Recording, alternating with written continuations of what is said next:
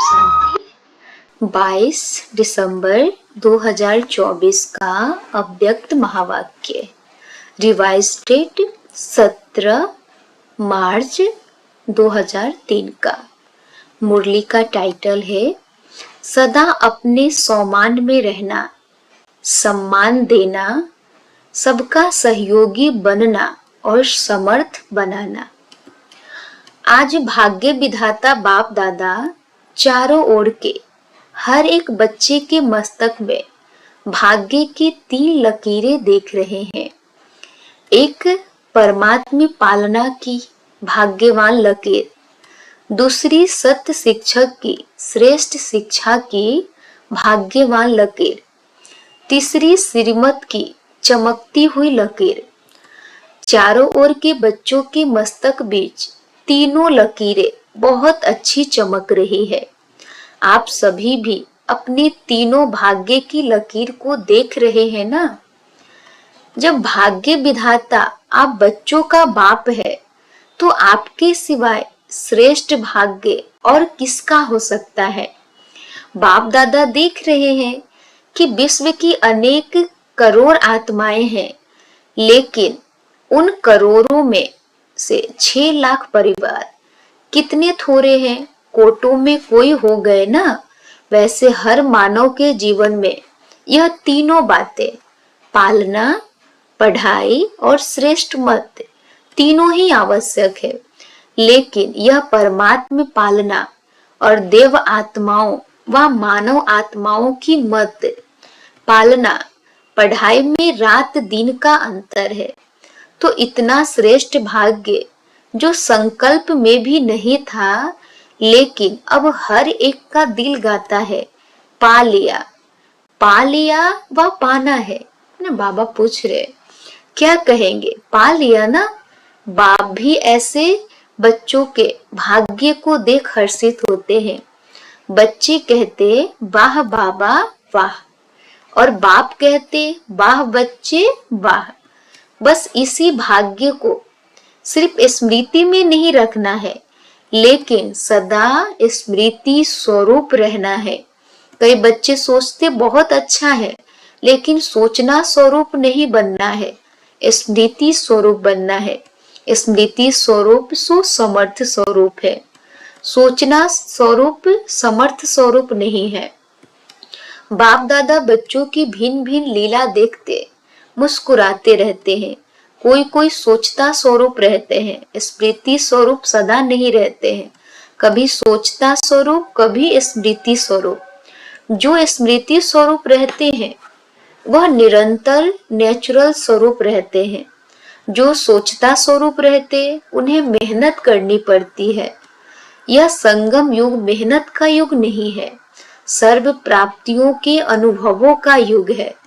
63 जन्म मेहनत की, लेकिन अब मेहनत का फल प्राप्त करने का युग अर्थात समय है ना। बाबा कह रहे हैं कि द्वापर युग से 63 जन्म तो मेहनत की, लेकिन अब मेहनत का फल प्राप्त करने का युग अर्थात समय है।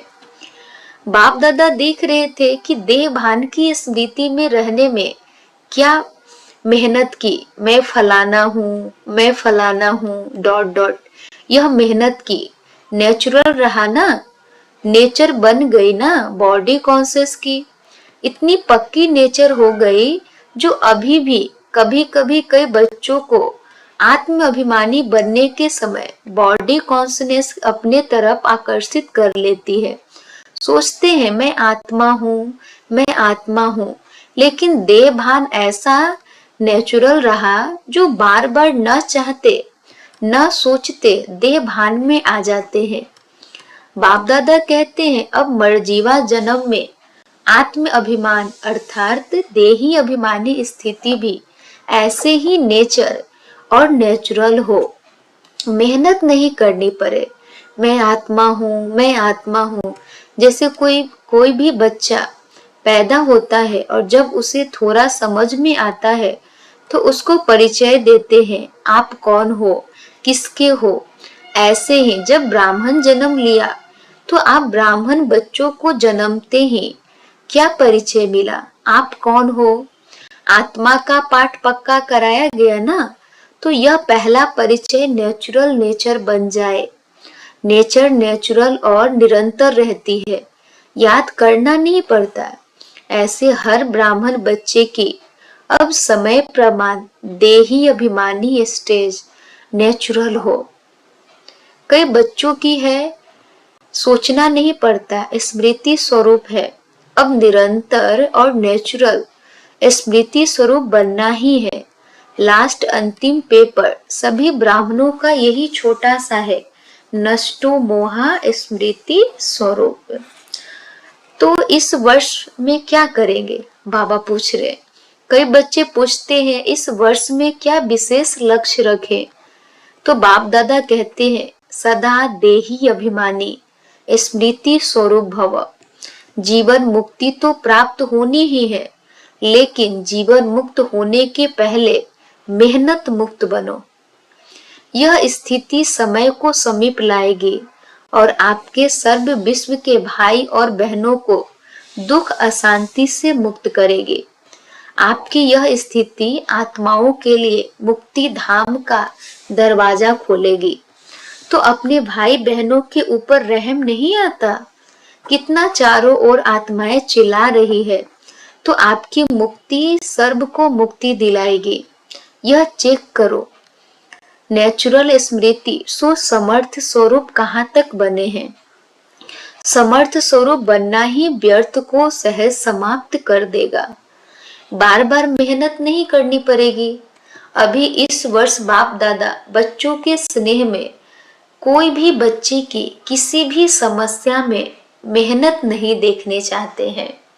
समस्या समाप्त और समाधान समर्थ स्वरूप।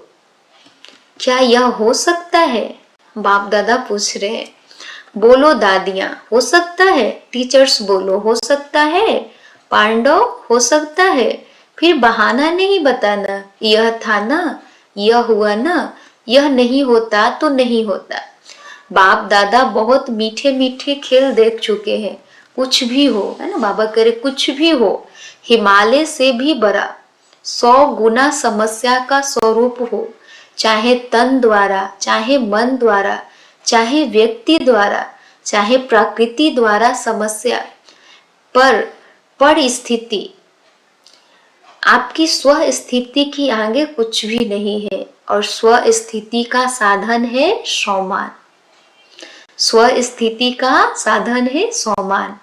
नेचुरल रूप में सम्मान हो, याद नहीं करना पड़े, बार बार मेहनत नहीं करनी पड़े। नहीं नहीं, मैं स्वदर्शन चक्रधारी हूँ, मैं नूरे रत्न हूँ, मैं दिल तख्त नसीन हूँ ही, और कोई होने हैं क्या? कल्प पहले कौन बने थे?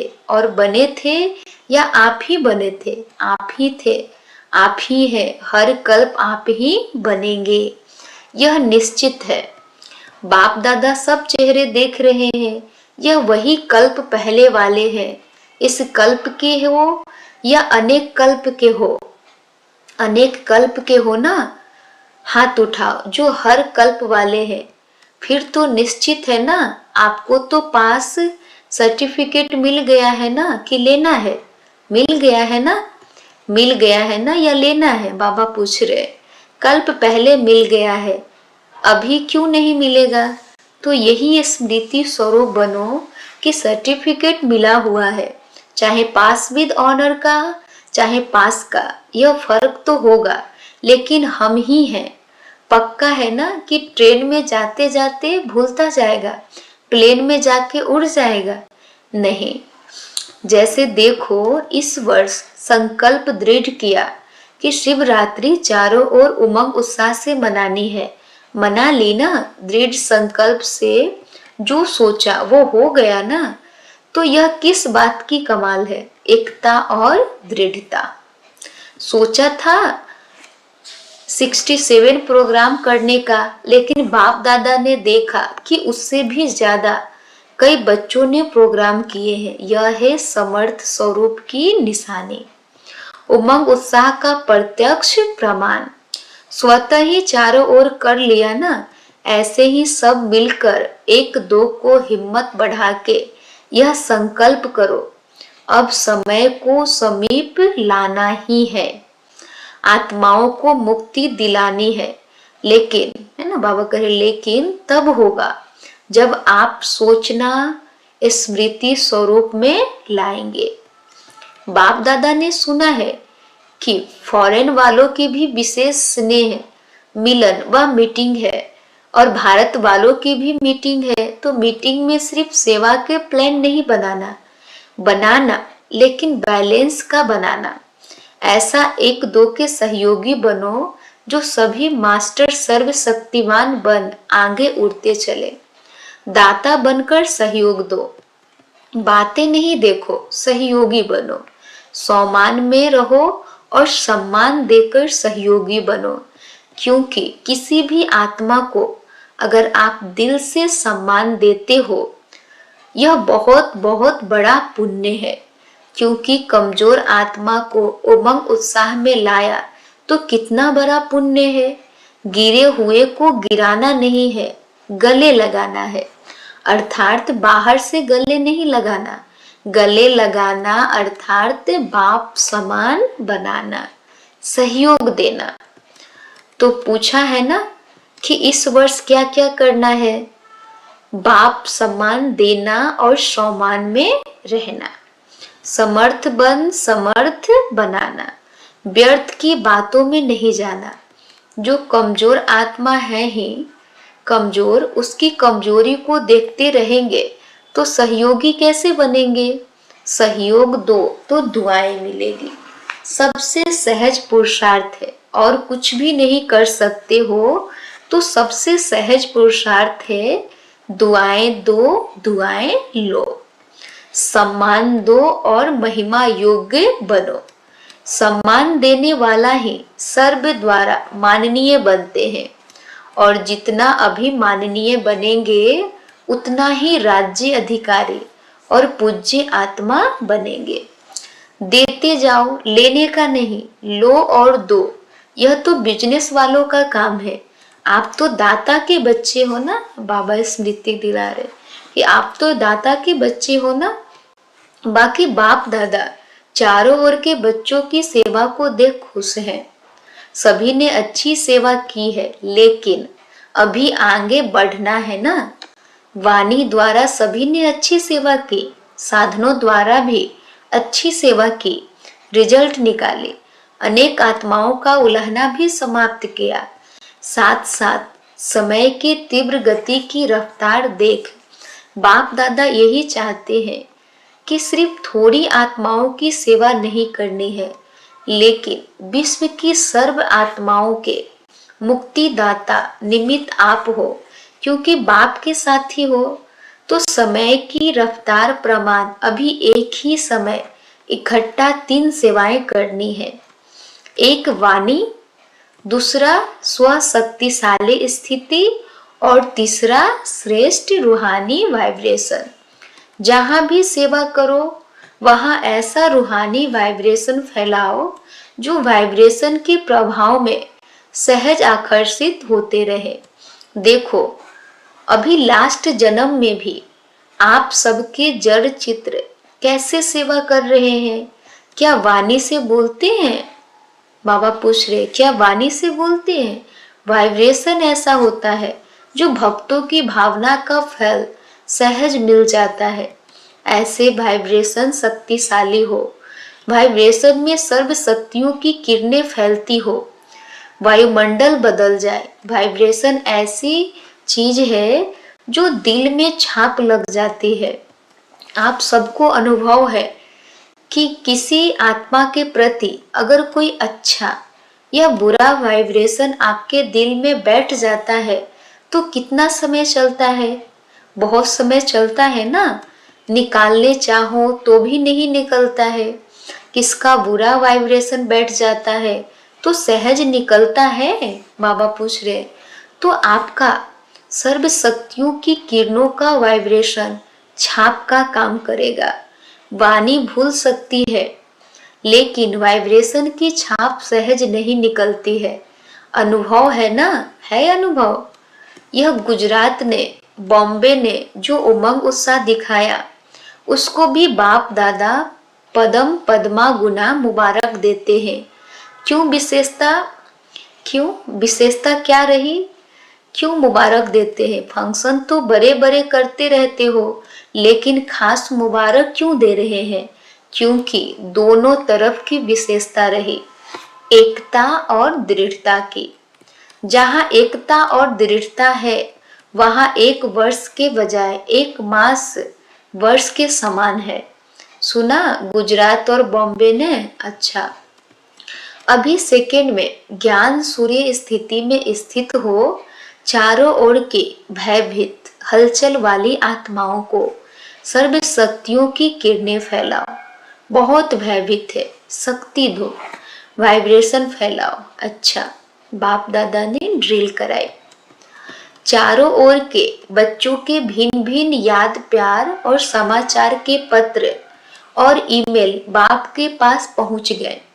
हर एक कहता है मेरी भी याद देना, मेरी भी याद देना।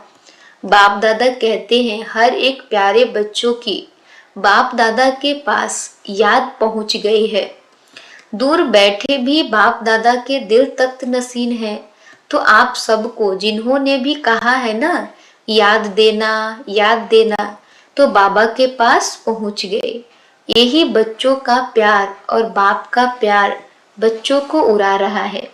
अच्छा, चारों ओर के अति श्रेष्ठ भाग्यवान कोटों में कोई विशेष आत्माओं को सदा सम्मान में रहने वाले, सम्मान देने वाले सर्विसेबल बच्चों को, सदा स्मृति स्वरूप सुसमर्थ स्वरूप आत्माओं को, सदा अचल अडोल स्थिति के आसन पर स्थित सर्वशक्ति स्वरूप बच्चों को बाप दादा का याद, प्यार और नमस्ते।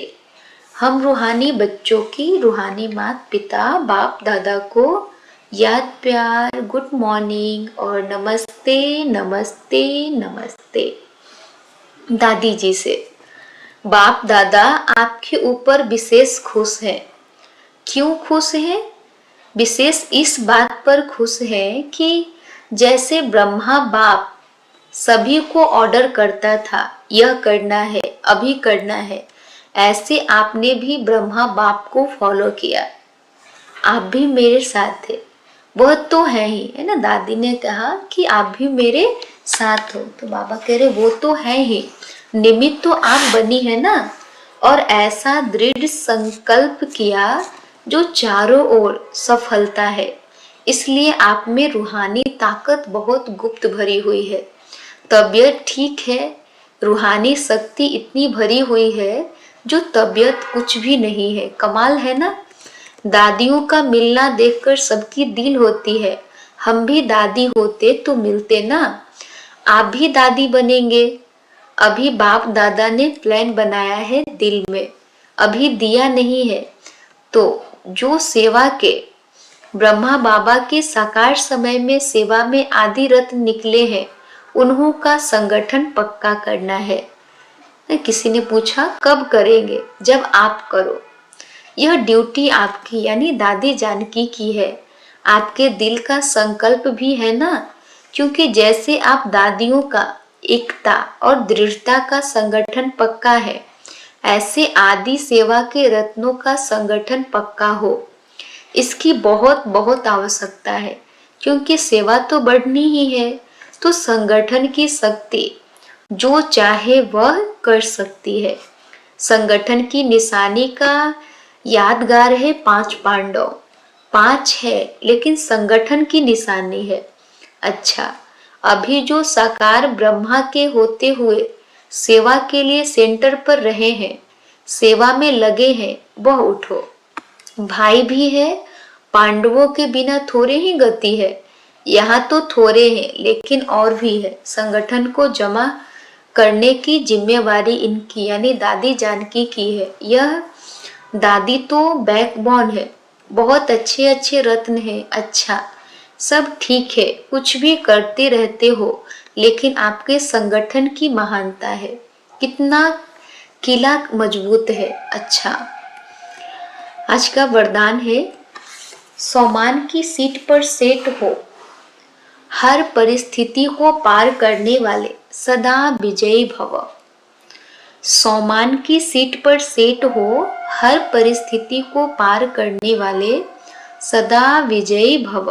स्पष्टीकरण है, सदा अपने इस सोमान की सीट पर स्थित रहो कि मैं विजयी रत्न हूं, मास्टर सर्वशक्तिमान हूं।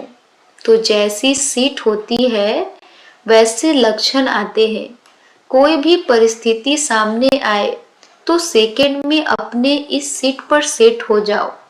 सीट वाले का ही ऑर्डर माना जाता है। सीट पर रहो तो विजयी बन जाएंगे। संगम युग है ही सदा विजयी बनने का युग। यह युग को वरदान है, तो वरदानी बन विजयी बनो। आज का स्लोगन है, सर्व आसक्तियों पर विजय प्राप्त करने वाले शिव शक्ति पांडव सेना है। सर्व आसक्तियों पर विजय प्राप्त करने वाले शिव शक्ति पांडव सेना है। अच्छा, ओम शांति।